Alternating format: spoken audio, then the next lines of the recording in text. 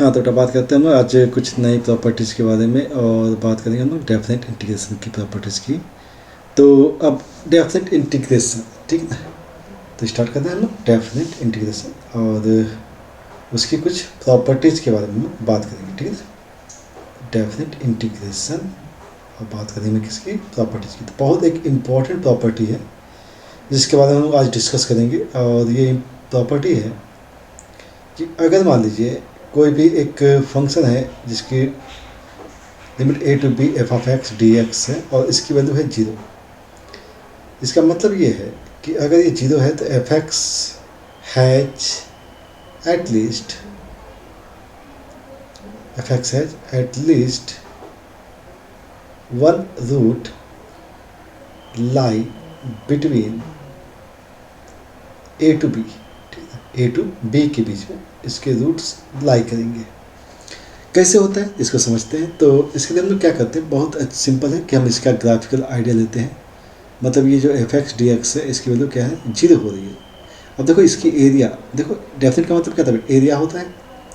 इसका रिजल्ट क्या था, 0 आ रहा है। इसका मतलब ये है कि अगर हम इसको ग्राफिकली देखें, एक्स एक्सिस और वाई एक्सिस देख लेते हैं, तो अगर ये ग्राफिकली देखा जाए तो एफ एक्स की वैल्यू, अगर मान लीजिए कुछ हिस्सा जो है एफ एक्स का एक्स एक्सिस के ऊपर अगर ड्रॉ कर लेते हैं, हमने कुछ हिस्सा क्या कर दिया, ऊपर ड्रॉ कर दिया, और ये लिमिट जो है हमारी ए से स्टार्ट होती है। अब ये हिस्सा जो है एक्स एक्सिस के ऊपर है, पॉजिटिव है, मतलब ये वैल्यू जो हो रही है वो पॉजिटिव आ रही है। इसका कुछ पार्ट जो होगा वो एक्स एक्सिस से नीचे भी होना चाहिए।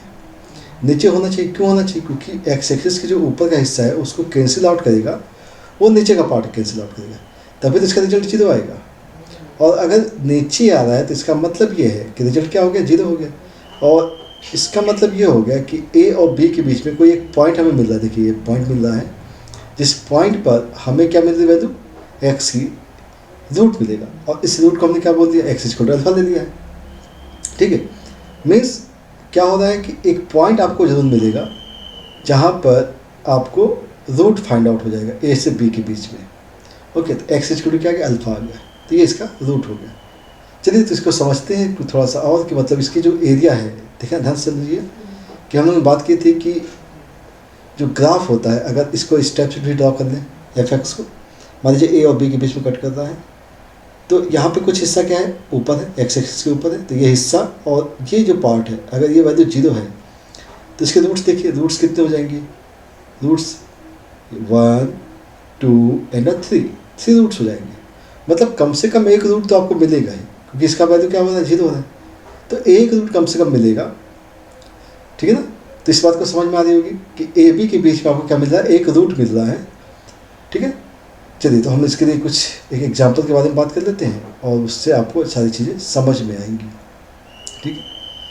तो हम मान लेते हैं एक एग्जांपल है यहाँ पर, और एक लिमिट दे रखी ए 0 to 1 e raised to power x square in bracket x minus alpha dx is equal to 0, ठीक है।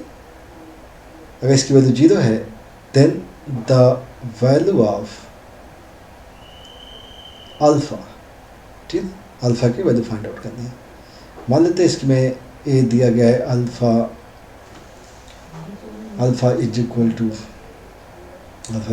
1, alpha is lie between 0 to 1 and alpha is greater than 1 and alpha एनोटी नॉट दे रखा है, मतलब नन ऑफ दीज है। तो इसको कैसे सॉल्व करना है, अब सिंपल सी बात है कि ये इक्वल टू 0 दिया हुआ है, इसका मतलब है कि जो फंक्शन है e power x square x minus alpha is equal to 0 आएगा। इसका मतलब है कि has one root which lie between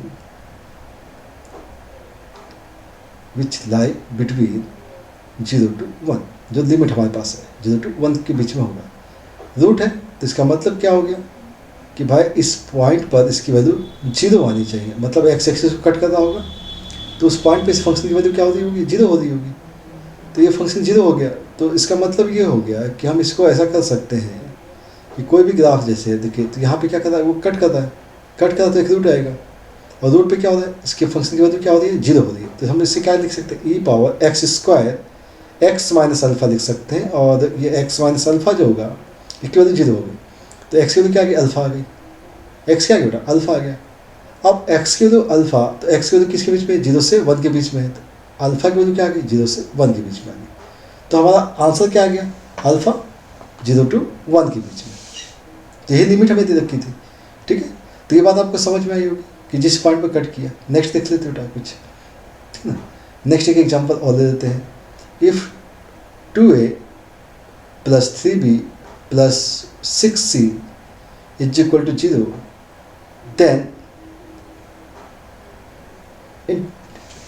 prove that ax² + bx + c is equal to 0 has at least one root lie between 0 to 1। ठीक है, मतलब सीधा सा है कि क्या है कि ये 0 से 1 के बीच में अगर ये रूट लाई कर रहा है तो कंडीशन ये है कि आपको प्रूफ करना। ठीक है ना, तो मैं एक काम करते हैं, इसका रेसिप्रोकल को समझ लेते हैं। इसको रेसिप्रोकल में करके देख लेते हैं कि अगर ऐसी कंडीशन है तो ये होना चाहिए। तो अगर रूट है, अगर मान लेते हैं ये रूट है, तो इसका मतलब है कि 0 से 1 के बीच में इसका जो इंटीग्रेस वैल्यू होगी वो वैल्यू 0 होनी चाहिए। 0 से 1 के बीच में ax² + bx + c dx, इसकी वैल्यू क्या होनी चाहिए, 0 होनी चाहिए। ये चेक कर लिया जाए, इसकी वैल्यू क्या होनी चाहिए, 0 होनी चाहिए। अगर रूट है तो, ठीक है, रूट है तो इसकी वैल्यू 0 होनी चाहिए, चेक किया जाए। तो हम क्या कर सकते हैं, इसको इंटीग्रेट कर सकते हैं। तो इसे सिंपली इंटीग्रेट कर लीजिए, मिनट इंटीग्रेट करते हैं। और इंटीग्रेशन में क्या आ गया, ax² का ax³ / 3 + bx² / 2 प्लस का cx आ जाएगा। और इसकी लिमिट है 0 से 1 है। ठीक है, 0 से 1। और ये रिजल्ट क्या आना चाहिए, 0 आना चाहिए। तो यही हमें चेक करना है, रिजल्ट क्या आना चाहिए, 0। लिमिट लगा दीजिए बेटा, a/3 आ गया + b/2 + c। ठीक है ना, और लोअर लिमिट पे क्या हो गई, वैल्यू 0 हो गई। ठीक है ना, तो इक्वल टू क्या आना चाहिए, 0 आना चाहिए। इस चीज़ को ध्यान रखेंगे, रिजल्ट क्या आना चाहिए, 0 आना चाहिए। ठीक है ना, वो देखते हैं। इसका एल्सियम ले लिया जाए तो ये वैल्यू आ जाएगी 2a + 3b + 6c। और ये जो वैल्यू है 0, ये ऑलरेडी दी हुई है। ठीक है ना, विच इज़ गिवन। ओके, तो अगर ये रूट हमें पता चल गया, तो अगर ये कंडीशन मालूम हो गई है, तो ऑब्वियस सी बात है कि हमारे पास कंडीशन आ गई कि जो हमें प्रूफ करना था कि भाई ये जो रूट है, मतलब ये जो इक्वेशन है, इसके रूट्स जो होंगे वो इसके बीच में एक लाई जरूर करेगा। ओके, तो आई होप आपको ये सारी चीज़ें समझ में आ रही होंगी और अच्छे से आप इसे कंप्लीट कर लेंगे। तो ये कॉन्सेप्ट बहुत इंपॉर्टेंट है कि अगर मान लीजिए कोई फंक्शन दिया गया है और फंक्शन की वैल्यू 0 है, मतलब इंटीग्रेशन की वैल्यू 0 है, तो एक रूट लाई करेगा। ठीक है ना, एक रूट लाई करेगा जो कि उसको एक्स एक्सिस को कट करेगा किसी एक पॉइंट पर। कुछ हिस्सा पॉजिटिव होगा, कुछ हिस्सा नेगेटिव होगा, इससे वैल्यू क्या होगी, 0 आ रही होगी। ठीक है, तो ये बात आपको समझ में आ गई है। ठीक है, तो बात करें बेटा नेक्स्ट क्वेश्चन के बारे में। तो चलिए, तो नेक्स्ट क्वेश्चन बात कर देते हैं और बात करेंगे हम लोग कुछ और प्रॉपर्टीज़ के बारे में। और तो हम लोग देखते हैं कि अगर हम ग्राफिकली के बारे में बात करें कि मान लीजिए कोई फंक्शन दिया गया है और ये फंक्शन है f(x) और ये वैल्यू क्या है कि >= 0 है। और हम क्या कर सकते हैं, इसमें एक लिमिट लगा देंगे बेटा। और इसका ग्राफिकली अगर देख लें, f(x) क्या बेटा, पॉजिटिव है, मतलब x एक्सिस के ऊपर है। ठीक है ना, और हमने क्या किया, उसके हिस्से को ज़रा सा ग्राफिकली शो कर दिया। तो हमने क्या ले लिया, एक लिमिट ले ली। तो मतलब सीधा सा है कि यहाँ पे x जो है वो बिलोंग कर रहा है a to b के बीच में। तो इसे लिख लेते हैं, x बिलोंग कर रहा है a to b के बीच में। ठीक है, मतलब एक कंडीशन पता हो जाए कि उसके बीच में ग्राफ जो है वो x एक्सिस के ऊपर है। तो जब x एक्सिस के ऊपर है तो वो एरिया भी आपको दिख रही है। एरिया कैसे दिख रही है बेटा, x एक्सिस के ऊपर है तो ऑब्वियस सी बात पॉजिटिव होगी। तो इसका मतलब है कि हम इसे लिख सकते हैं integration a to b f(x) dx which is > 0। तो ये प्रॉपर्टी आपको ध्यान रखनी है।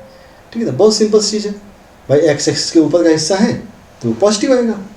ओके, नेक्स्ट प्रॉपर्टी के बारे में बात कर लेते हैं बेटा। नेक्स्ट प्रॉपर्टी के बारे में बात करते हैं, मतलब कंपेयर किया जाए बेटा दो फंक्शन के बारे में। एक f(x) है विच इज़ > g(x), मतलब दोनों फंक्शन को कंपेयर कर दिया। और यहाँ पे कंडीशन ध्यान रखेंगे, where x belongs to A to B। a b एक लिमिट दे रखी है जिसके बीच में हमें ग्राफिकली ड्रॉ करना है।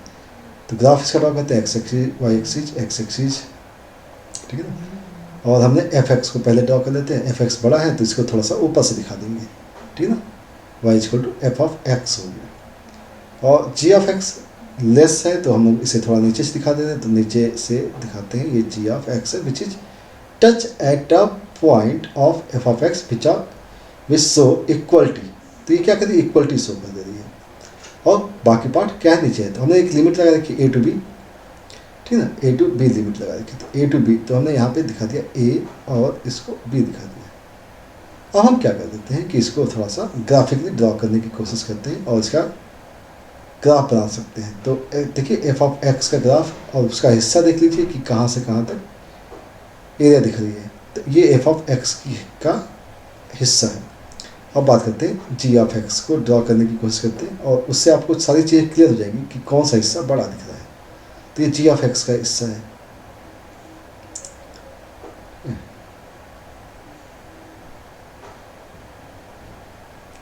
तो ये बात समझ में आ रही होगी आपको, ठीक है ना। तो अब आप सी बात है कि जहाँ पे रेड कलर है वो आपको शो कर रहा है, तो वो क्या है, वो वैल्यू कम आपको दिख रही है। तो जैसे ही आपको ये चीज़ दिख जाती है तो ग्राफिकली अगर आप चाहें तो इसे आप डायरेक्ट लिख सकते हैं, ठीक है ना, कि भाई एफ एक्स की वैल्यू जो है वो ऑलवेज बड़ी होगी, मतलब इंटीग्रेशन में भी बड़ी होगी, तो a to b f of x d x which is greater equal to a to b g of x d x, ठीक है ना। तो आसान सी चीज़ है और ये बहुत इंपॉर्टेंट पार्ट है, कंपेरिजन में बहुत सारे क्वेश्चंस इसके ऊपर आते हैं, तो इसको आप अच्छे से अगर आप कंप्लीट करते हैं तो अच्छा रहेगा, ठीक है ना।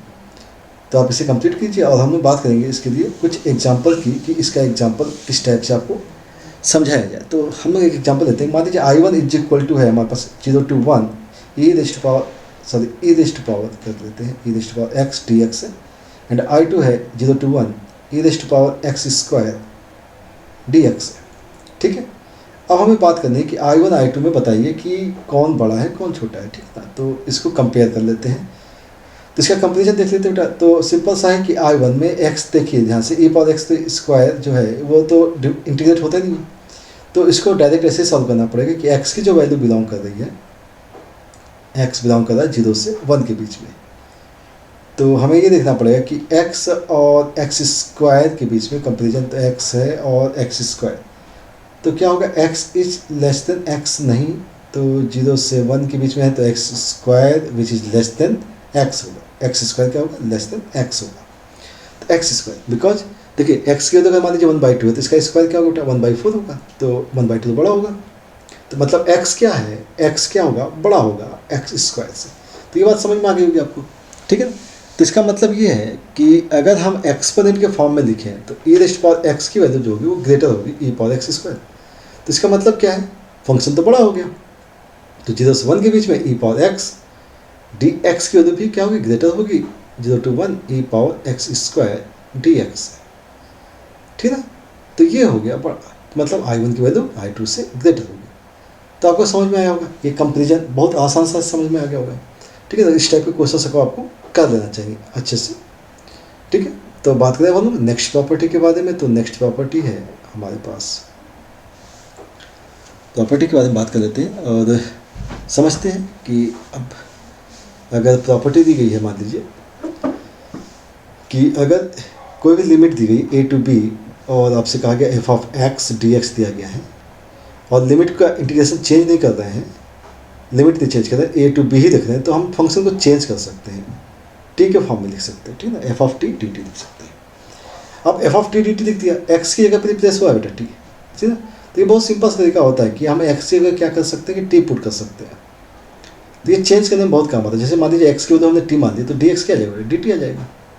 अगर हम लिमिट को चेंज भी करेंगे तो क्या हो गया, एक्स है यहाँ पर और ये टी हो गया, तो ए होगा तो ए ही रहेगा, बी है तो बी रहेगा, तो लिमिट में भी कोई फ़र्क पड़ना नहीं चाहिए। तो सिंपल सा है कि यहाँ पे हमने क्या किया, ए टू बी की जगह पे ए टू बी ही रहेगा, ए टू बी की जगह ए टू बी रहेगा, एफ ऑफ एक्स, एक्स की क्या लिख देना, टी लिख देना, और डी की जगह डी टी लिख देना, तो सिंपल। तो ये आसान सा है रूल जिसे आपको समझना है, ठीक है ना। अब बात करते हैं इसके बाद नेक्स्ट प्रॉपर्टी के बारे में, और ये प्रॉपर्टी थोड़ा सा देख लेते हैं हम लोग, इसके बाद क्या कर सकते हैं। और एक काम कर सकते हैं, इसका एक एग्जांपल ले लेते हैं, सबसे अच्छा रहेगा कि मान लीजिए एक एग्जांपल है, यहाँ पे दिया गया है d/dx ऑफ कैपिटल f(x) लिया है मैंने, और इसकी वैल्यू है e⁻sin x अपॉन x, ठीक है ना। और आपको वैल्यू फाइंड आउट करनी है, और एक कंडीशन दी हुई है यहाँ पे, integration of 1 to 4 e⁻sin x² divide by x dx is equal to दिया गया capital f of k minus का f(1), देन k की वैल्यू फाइंड आउट करनी है, then k is equal to question, ठीक है। तो अब क्वेश्चन को देखते ही आपको एक चीज़ समझ में आनी चाहिए कि अगर आपको यहाँ पे जो दिया गया कंडीशन, ये इंटीग्रेशन दिया गया है, और अगर हम इंटीग्रेशन करें e⁻sin x dx upon integration of दिया गया है e⁻sin x का, अगर हम इंटीग्रेशन करें तो हमें क्या मिलना चाहिए, कैपिटल f(x) मिलना चाहिए। यहाँ पे कांस्टेंट की बात नहीं करते, ठीक है ना। तो e⁻sin x का इंटीग्रेशन ये आ गया है, ये कंडीशन गिवन है, लेकिन यहाँ पे क्या दिया गया, x² दिया गया है, क्या दिया गया, x², लेकिन हमारे फॉर्मेट में क्या है, x है, तो हम x² को t मान लेते हैं, तो क्या मिल जाएगा, x dx is equal to half dt मिल जाएगा, हाफ dt, ठीक है ना, हाफ dt मिल जाएगा। अब ये हाफ dt मिल गया तो हम लोग इसे जरा सा रिप्लेस करने की कोशिश करते हैं। तो हमारे पास एक चीज़ देख लीजिएगा, 1 से 16 लिमिट आ जाएगी, 1 से 16 लिमिट, और यहाँ पे देखिएगा, यहाँ पे x² है, तो हम लोग एक काम करते हैं, x मल्टीप्लाई डिवाइड कर लेते हैं, x मल्टीप्लाई डिवाइड कर दिया, तो देखिएगा यहाँ पे क्या हो गया कि x into dx, x dx की क्या लिखते हैं, हाफ dt लिख सकते हैं, ठीक है ना। और e⁻sin x² तो e⁻, और नीचे x² है तो t लिख दिया, e⁻sin t हो गया, ठीक है, ये आ गई। अब ये जो फॉर्मेट है सेम मैच करता हुआ दिख रहा है, तो इसका मतलब इसे हम लिख सकते हैं हाफ 1 to 16 और e⁻sin x लिख सकते हैं डिवाइड बाई x, और dx लिख सकते हैं, क्योंकि t का फॉर्म चेंज कर दिया हमने, प्रॉपर्टी का यूज़ कर लिया, तो t का फॉर्म चेंज हो गया। अब अगर हम इसे कैलकुलेट करें तो ये वैल्यू आएगी half in bracket f of 16 minus का f(1) आ जाएगा, ठीक है ना। इसका मतलब है कि यहाँ से आपको कंपेयर किया जाए तो k की वैल्यू 16 आ जाएगी, और k 16 आ गया, तो इसमें एक चीज़ समझ में आ रही है कि यहाँ पे 1/2 भी होना चाहिए था, तो यहाँ पे 1/2 लिख लेते हैं, ये 1/2 हो गया, ठीक है ना। तो ये रिजल्ट हो गया, तो इससे आपको k की वैल्यू मिल जाती है, तो प्रॉपर्टी का यूज हो गया, बात समझ में आ गई होगी, ठीक है। तो अब ये चीज़ें आपको अच्छे से कर लेनी चाहिए, ठीक है ना। तो ये जो एग्जांपल है इसमें सेट हो जाता है कि आपकी प्रॉपर्टी किस टाइप से आप इसे सॉल्व करेंगे। ओके, तो अब हम बात करेंगे अब नेक्स्ट प्रॉपर्टी के बारे में, तो उस नेक्स्ट प्रॉपर्टी को देखते हैं। चलिए,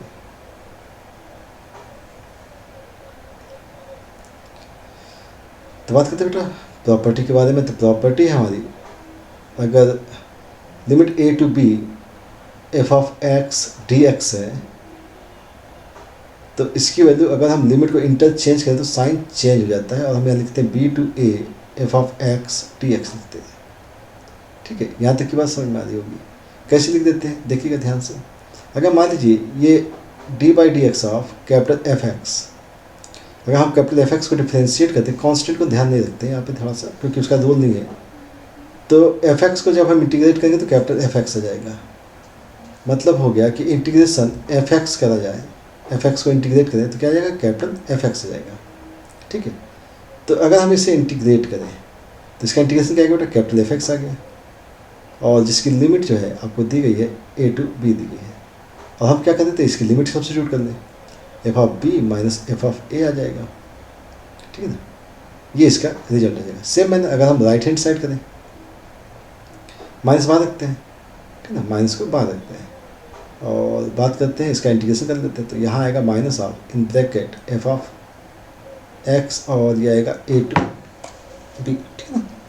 तो हम अगर लिमिट अप्लाई कर लें तो माइनस आएगा f(a), अपर लिमिट अप्लाई किया, और माइनस f(b), और ये ब्रैकेट लगा दिया जाए, और माइनस का अगर मल्टीप्लाई किया जाए तो f(a)b माइनस का f(a) आ जाएगा, ओके। और ये रिजल्ट क्या है, सेम है, तो इससे हमारी प्रॉपर्टी होल्ड हो जाती है। तो ये प्रॉपर्टी आपको समझ में आ गई होगी, ठीक है ना। तो अब इसके ऊपर हम लोग क्वेश्चन सॉल्व कर लें बेटा, क्योंकि बहुत आसान सा है। तो ध्यान रखिएगा, लिमिट इंटरचेंज होती है तो साइन चेंज होता है। ओके, चलिए तो बात करें हम लोग बेटा नेक्स्ट क्वेश्चन के बारे में बात कर लेते हैं, कुछ और क्वेश्चंस करते हैं। ठीक है, अगर ग्राफिकली देख लीजिए तो अगर मान लीजिए ए टू बी लिया गया है और अगर हम इसकी एरिया लेफ़्ट टू राइट देख रहे हैं तो पॉजिटिव लेंगे, और राइट टू लेफ्ट देखते हैं, राइट टू लेफ्ट देखेंगे तो क्या साइन आ जाएगा बेटा, नेगेटिव आ जाएगा। इस चीज़ को ध्यान रखेंगे। ओके, तो ईजी है, आराम से सॉल्व कर सकते हैं इन चीज़ों को। ठीक है, तो हम लोग बात करें बेटा नेक्स्ट, इसके ऊपर कुछ क्वेश्चंस होंगे और इस चीज़ के बारे में बात कर सकते हैं और अच्छे से क्वेश्चंस की प्रैक्टिस कर लेते हैं कि ठीक है। तो देखा जाए कि हम लोग नेक्स्ट क्वेश्चन को कैसे टैकल करेंगे और देखते हैं इसके बाद के अच्छी प्रॉपर्टीज़ के बारे में बात कर लेंगे। ओके, चलिए तो बात करें क्वेश्चंस के बारे में। ओके बेटा, ठीक है, स्टार्ट करते हैं क्वेश्चन। अब देखते हैं, क्योंकि चलिए तो यहाँ पर हमने कुछ क्वेश्चन ले रखे हैं, जैसे कि यहाँ पे एग्जांपल ले रखा है इफ 0 टू इन्फिनिटी है f of x raised power n plus x raised power n minus 1 log x upon 1 plus x square है। तो इन क्वेश्चंस को कैसे सॉल्व करना है, तो पहले क्वेश्चन लिख लेते हैं। 0 टू इन्फिनिटी है f of x raised power n है plus x raised power minus n है और log x upon 1 plus x square है डी एक्स है। ठीक है, तो हमें इस क्वेश्चन को देखते ही समझना पड़ेगा कि एक्स रेस्ट पावर एन है, x raised power minus n है, फंक्शन डिपेंडेंट है, तो कैसे सॉल्व करना है, क्योंकि x raised power n upon plus का 1 upon x raised power n है, ये तो दिया हुआ है और फंक्शन पे भी है। तो इसके लिए क्या कर सकते हैं, आई एज्यूम करते हैं और कोशिश ये करते हैं कि चीज़ें रिपीट होकर के वापस आ जाएँ। ठीक है ना, तभी चीज़ें सॉल्व हो पाएंगी। तो हम लोग क्या कर सकते हैं, यहाँ पे हम लोग एज्यूम करते हैं। ठीक है ना, हम लोग एज्यूम करने एक सिंपल सा केस है कि देखिए यहाँ पे फंक्शन है, तो अब इस फंक्शन है तो इसे सॉल्व कैसे करेंगे, क्योंकि डायरेक्ट इसका इंटीग्रेशन तो हो नहीं सकता है। तो लोग एक काम करते हैं, एक्स की जगह पर इसकी जगह 1 अपॉन टी पुट कर देते हैं, चेक करते हैं क्या होना चाहिए। तो देखते हैं डी एक्स की जगह पे देखा जाए तो माइनस का 1 upon T square d T हो जाएगा, और इसको रिप्लेसमेंट करते हैं तो लिमिट देख लीजिए बेटा, लिमिट इंटरचेंज हो जाएगा। 1 अपॉन टी है तो यहाँ पे इन्फिनिटी हो जाएगा, ऊपर क्या हो जाएगा, 0 हो जाएगा। और एफ ऑफ एक्स की जगह पर अगर हम पुट कर देते तो यहाँ माइनस का 1 अपॉन टी तो माइनस का कर देते हैं, माइनस का 1 अपॉन टी स्क्वायर कर दिया और डी टी कर दिया। ठीक है, अब सारी वैल्यूज को रिप्लेस कर लेते हैं।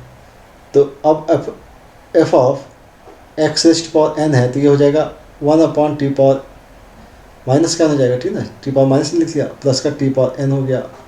लॉग 1 अपॉन टी है तो लॉग टी इनवर्स लिख सकते हैं, लॉग 1 अपॉन टी है ना तो टी का इनवर्स लिख लिया। इस टाइप से थोड़ा सा आसान रहेगा, प्लस का अपॉन में 1 प्लस 1 अपॉन टी स्क्वायर। चलिए तो इसके बाद हम लोग इसका एलसीएम वगैरह माइनस करते हैं और इसे कैलकुलेट कर देते हैं।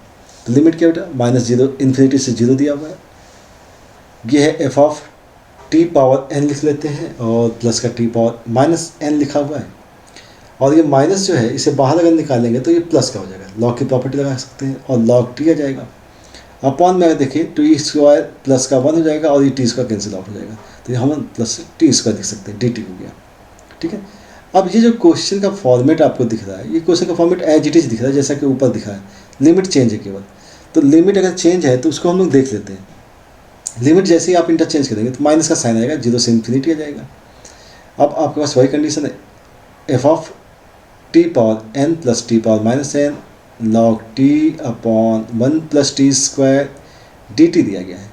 अब ये जो फॉर्मेट है, ये फॉर्मेट बिल्कुल एज इट इज है जैसा कि वहाँ पे दिया गया, तो टी की जगह एक्स लिख सकते हैं, 0 से infinity f of x raised power n plus x raised power minus n log x upon 1 plus x square. ठीक ना, और इसको हम लोग क्या लेके चले थे बेटा, इसको तो हम लोग आई लेके चले थे। तो अगर ये आई लेके चले तो ये माइनस आई हो गया, माइनस आई हो गया तो i is equal to minus i, तो मतलब 2i हो गया is equal to 0, implies i की तो क्या हो जाएगी, 0 हो जाएगी। मतलब इस इंटीग्रेशन की वैल्यू जो आएगी वो रिजल्ट क्या आएगा, 0 हो जाएगा। ठीक है, तो बात समझनी है आपको यहाँ पर कि यहाँ पर उसी फॉर्मेट में कन्वर्ट करके हम लोग लेके चले गए। ठीक है, नेक्स्ट देख लें। नेक्स्ट में क्या दिया हुआ है, लिमिट दिया गया है 1 अपॉन ए से ई 1 upon x sine x minus 1 upon x दिया गया, डी एक्स दिया गया। चलिए तो इसे चेक कर देते हैं। ठीक है, नेक्स्ट, तो नेक्स्ट एग्जांपल है हमारे पास, इंटीग्रेशन 1 अपॉन ए से ई दिया गया है sine x minus 1 upon x d x दिया गया है, एक मिनट, यहाँ पे कुछ मिस हो रहा है, उसे देख लेते हैं। ध्यान से देखना, क्वेश्चन गलत नहीं होना चाहिए, ठीक है ना। तो यहाँ पे क्या दिया गया था, यहाँ पे दिया गया था 1/x, तो यहाँ पे 1/x भी होना चाहिए, तो 1/x कर लेते बेटा। और फिर से इसे हम क्या कर सकते हैं, आई मान सकते हैं। ओके, तो ये आई एज्यूम कर लिया। अब x की जगह 1/t पुट कर दिया, ठीक है।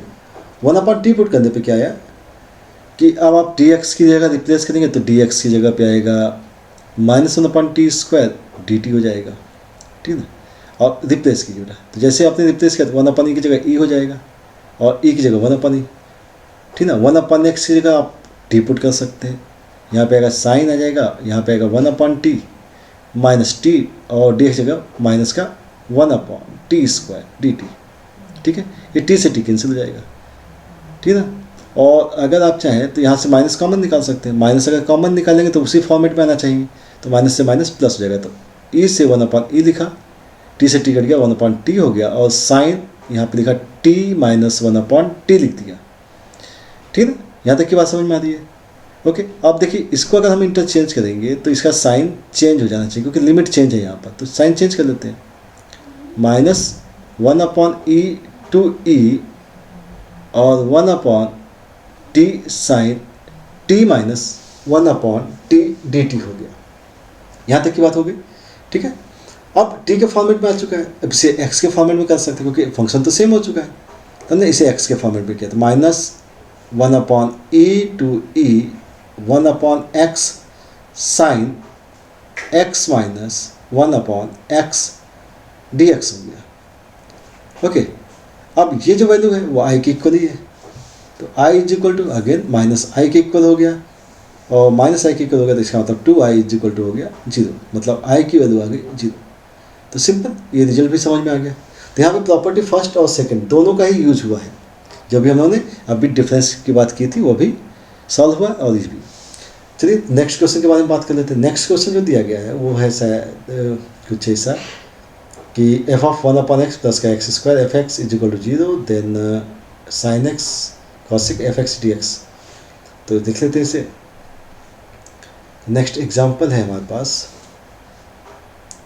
नेक्स्ट एग्जाम्पल है f(x) प्लस x²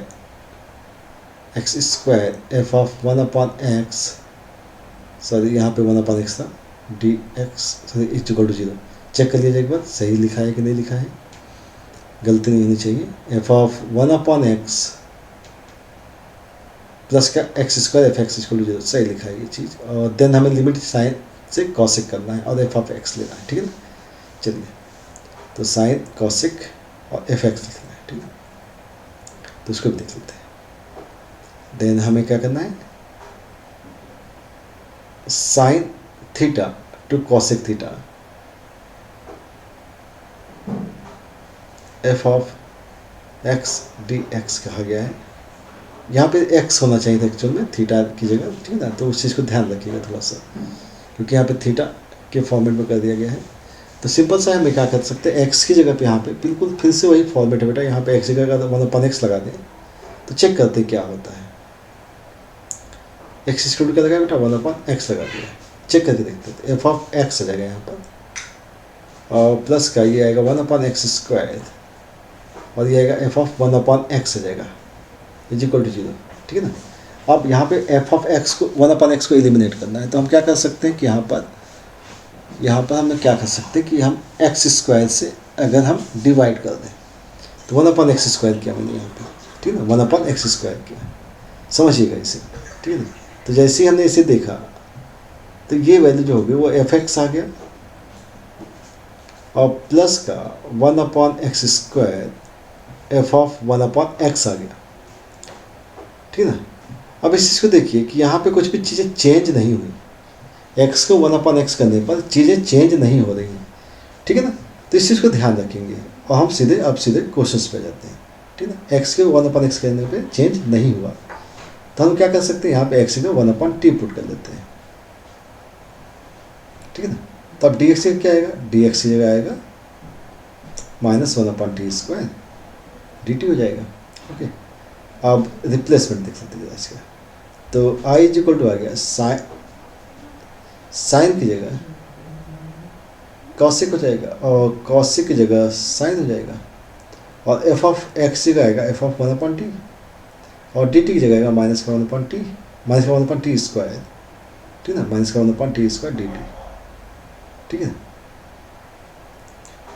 अब देखिएगा इसकी जो वैल्यू है अगर आप चेक करें तो ये जो वैल्यू है ये वैल्यू इसके इक्वल है, ठीक है ना। यहाँ पे देखिए इसकी वैल्यू जो है वो माइनस एफ एक्स के इक्वल है। इसका मतलब है कि हम यहाँ पे माइनस एफ एक्स लगा सकते हैं, इसका मतलब है कि हम इसे माइनस एफ टी लिख सकते हैं, ठीक है।